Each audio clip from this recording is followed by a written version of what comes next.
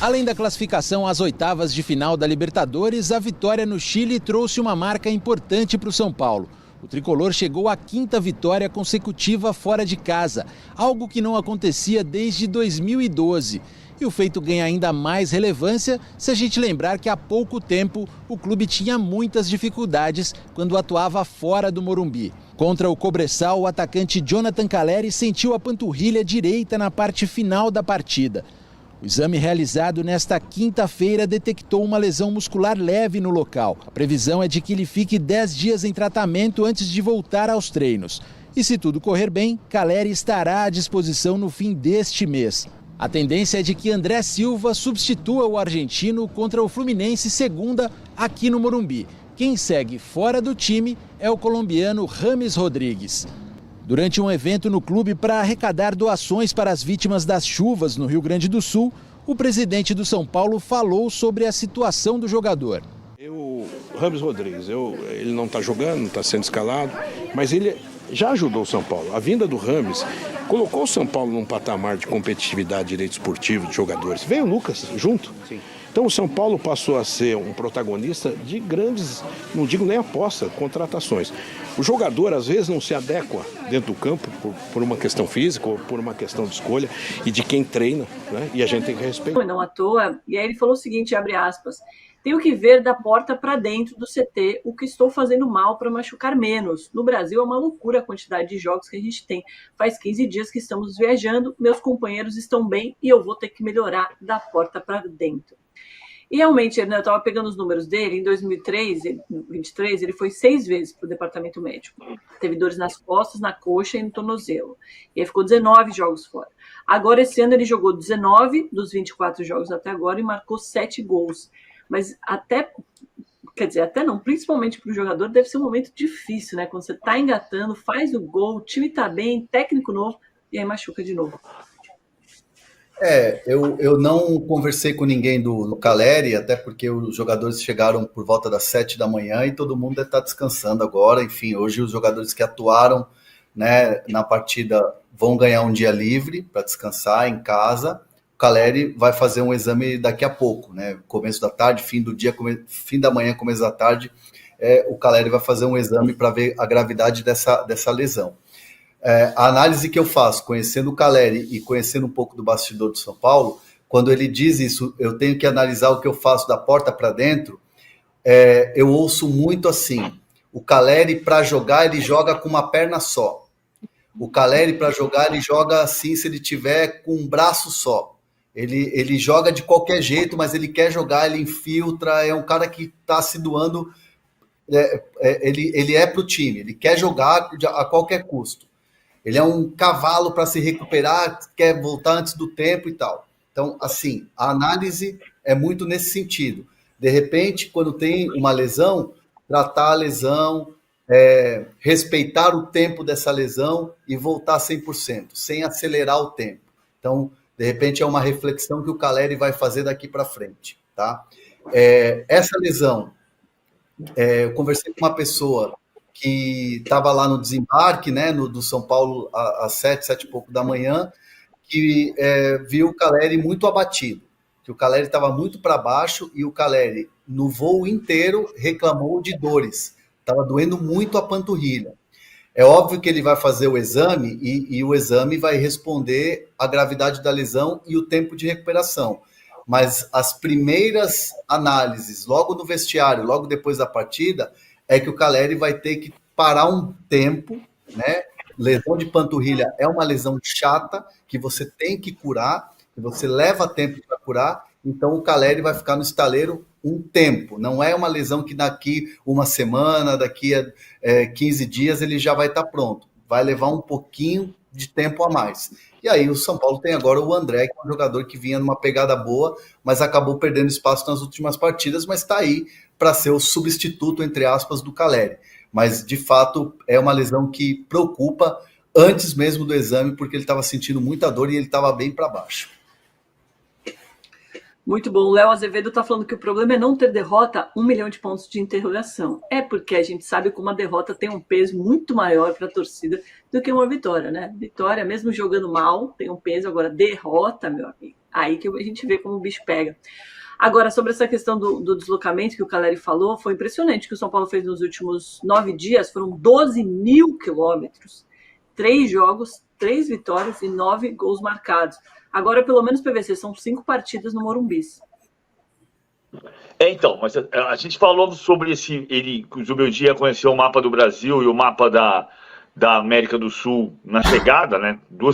3 semanas atrás a gente falou exatamente isso, e os 12 mil quilômetros indicam exatamente isso, mas nas 4 viagens ele ganhou 4 jogos. São 5 vitórias consecutivas como visitante, somando o Atlético Goianiense sob o comando do Milton Cruz. O único jogo que ele não ganhou foi no Morumbi, o empate com o Palmeiras, que é o adversário mais forte. Então, você veja como tem 2 coisas positivas aqui. O São Paulo não ganhava 5 jogos seguidos fora de casa desde 2012 e ganhou 5 jogos fora de casa. E, como a gente diz, a diretoria tem uma certa precaução porque os adversários não são fortes, mas o empate em casa foi com o adversário forte, que é o Palmeiras. Então, a partir de agora, você equilibra nas viagens, vai ter desfalque, porque vai ter o Caleri fora por um período, mas vai ter o André Silva que vinha jogando muito bem. O André Silva chegou para ser o reserva do Caleri e virou uma opção para as 3 funções de ataque. Muito bom. O Flamengo... Podemos mudar de assunto, Ana? Só uma última informação, o Wellington já está treinando com o grupo, mas ainda fazendo trabalhos específicos, então é uma boa notícia para o torcedor de São Paulo. E o Lucas, para mim, é a grande notícia. O Lucas já treina sem restrição nenhuma e depende só do Zubeldia para escalar para o jogo contra o Fluminense, ou para, relacionar para o jogo contra o Fluminense, que vai ser no Morumbi na próxima segunda-feira. Teve uma alteração do horário, passou das 7 para as 8 da noite, e certamente com essa avalanche de vitórias fora de casa, vai estar lotado mais uma vez o reencontro do Morumbi e o São Paulo com o Diniz. Sobre o São Paulo, queria te explicar sobre um novo prazo concedido ao São Paulo para a W Torre em relação à apresentação dos projetos que transformarão o Morumbi. Só para resgatar. São Paulo anunciou alguns meses atrás um acordo com a W Torre para remodelação do Morumbi. A W Torre será responsável por angariar dinheiro e por tornar o Morumbi um palco completamente diferente. 2 projetos devem ser apresentados para votação dos conselheiros do São Paulo. Primeiro projeto sem cobertura, segundo projeto com cobertura. A ideia principal desse desenho do estádio é rebaixar o gramado, construir uma arquibancada que permitiria ao Tricolor ter uma capacidade para mais ou menos 85 mil torcedores. A inspiração é o que foi feito no Monumental de Nunes, estádio do River Plate. Pois bem, W Torre e São Paulo têm trabalhado juntos em uma série de ações. Alguns esboços, inclusive, já foram apresentados ao São Paulo. Tricolor e W Torre, inclusive, discutem sobre a criação de um fundo que vai ser responsável por angariar, por captar dinheiro que vai ser utilizado na construção em toda essa obra. O Tricolor estima que hoje o estádio, que arrecada entre 60 e 80 milhões de reais, se tornará um estádio com capacidade para faturamento por ano de 150 milhões de reais, e esses números ajudam na captação de investimentos. Mas, porém, contudo e todavia, esses projetos com cobertura e sem cobertura devem ser apresentados apenas no segundo semestre e não mais no mês de julho. W Torre contratou arquitetos que estão trabalhando em desenhos. O São Paulo tem recebido alguns desses desenhos, mas o Tricolor concedeu à W Torre um novo prazo. Essa apresentação dos projetos finais, para que eles sejam debatidos e votados pelo Conselho Deliberativo de São Paulo, vai ficar para o segundo semestre, possivelmente até dezembro. Essa data ainda está sendo acertada entre as partes. Importante contar que o São Paulo concordou com esse adiamento. Não é algo que transforme ou traga problemas para esse projeto. A ideia do São Paulo, vale a lembrança, é de ter seu novo estádio apenas em 2030. E enquanto os projetos são elaborados, desenhados, feitos, enquanto São Paulo e W Torre buscam captação de dinheiro, há um outro ponto que precisa ser destravado em relação ao tombamento do estádio do São Paulo. que sofreu esse tombamento, porque o arquiteto responsável pela obra do Morumbis é um dos arquitetos mais renomados e ele teve todas as suas obras tombadas. O Tricolor trabalha com a Compresp para um plano diretor. Uma ótima notícia e uma boa notícia. A boa notícia diz respeito a Caleri.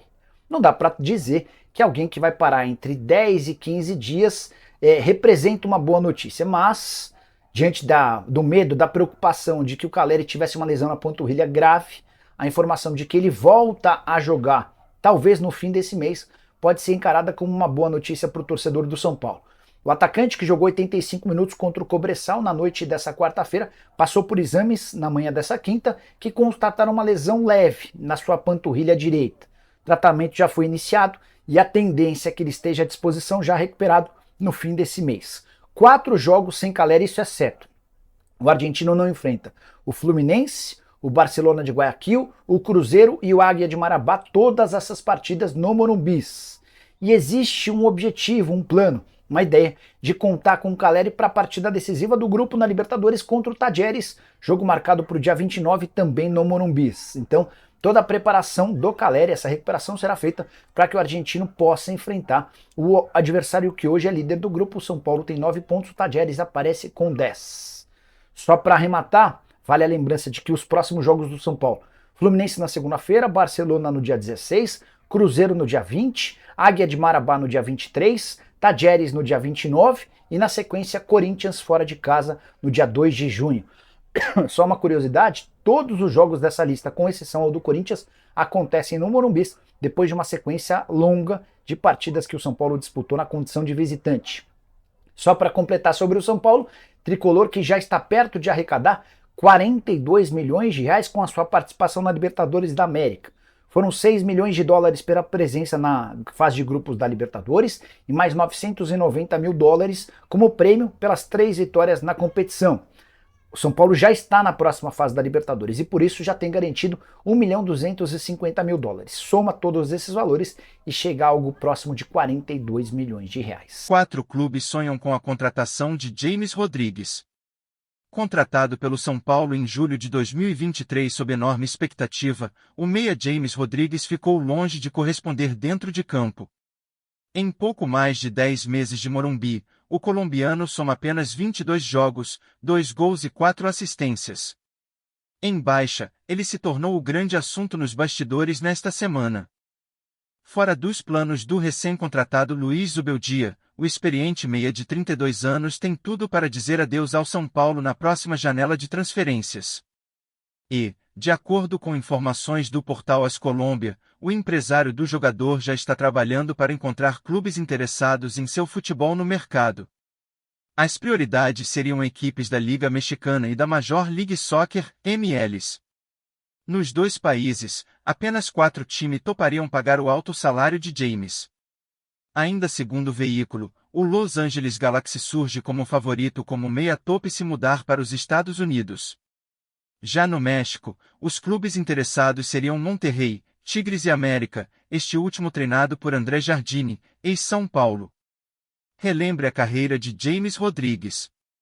2007, Envigado, Colômbia, 30 jogos e 9 gols marcados. 2008-2010, Banfield, Argentina, 50 jogos e 10 gols marcados. 2010-2013, Porto, Portugal, 108 jogos, 32 gols e 36 assistências. 2013-2014, Mônaco, França, 38 jogos, 10 gols e 13 assistências. 2014-2017, Real Madrid, Espanha, 111 jogos, 36 gols e 37 assistências. 2017-2019, Bayern, Alemanha, 67 jogos, 15 gols e 19 assistências. 2019, Real Madrid, Espanha, 14 jogos, 1 gol e 2 assistências. 2020, Everton, Inglaterra, 26 jogos, 6 gols e 8 assistências. 2020-2022, Al Rayyan, Qatar, 16 jogos, 5 gols e 6 assistências. 2023, Olympiacos, Grécia, 23 jogos, 5 gols e 6 assistências. 2023-2024, São Paulo, 22 jogos, 2 gols e 4 assistências.